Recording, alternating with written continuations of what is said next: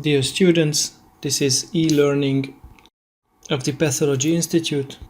Today we will speak about uterine leiomyoma. Uterine leiomyoma is an extremely common tumor. According to autopsies, at least 70% of the cases we can see leiomyoma in the uterus. It's also called fibroid, myofibroma, fibromyoma, leiomyofibroma, or simply myoma. These belong to clinical terminology. In pathological examination, we call them leiomyomas. Uterine leiomyoma found at least 25% of women during reproductive ages, more common in blacks than in whites, and in black women it's usually multiple. Clinically apparent lesions are more common in nulliparous and postmenopausal women. In the background there can be somatic mutation and molecular alteration of X chromosome or estrogens use and or production. Usually it's asymptomatic, but in 30% of the cases it leads to bleeding and lower abdominal discomfort. It may interfere with pregnancy or blocks ureters if they are large. This is an estrogen-responsive benign lesion. It may regress after menopause or enlarges during pregnancy. With grossings, it's a sharply circumscribed, round, firm, grayish-white, so-called raw silk and hold cut surface. It often shells out.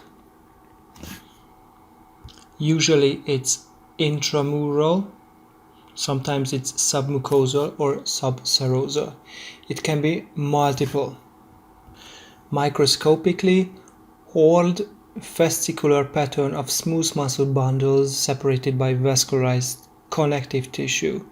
The smooth muscle cells are elongated with eosinophilic or occasional fibrillary sarcoplasm and distinct cell membranes.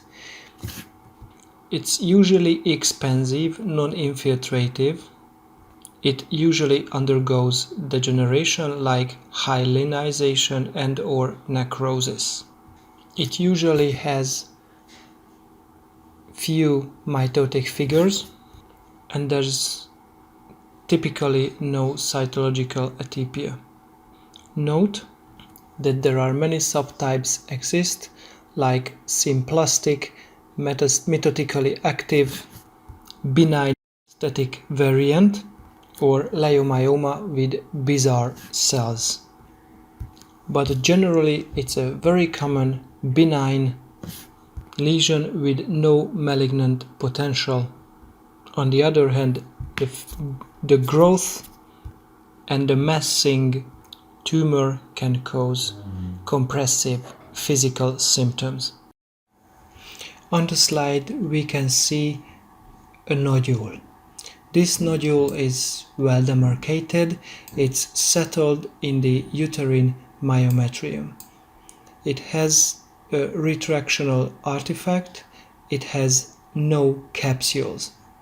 If we take a closer look, we can see the non-cellular smooth muscle cells proliferation in fascicles with scant mitotic activity, with bland nuclei, with spindle cell cytomorphology. The sarcoplasm is elongated, such as the nuclei. In one nodule we can see longitudinal sections and cross sections at the same time.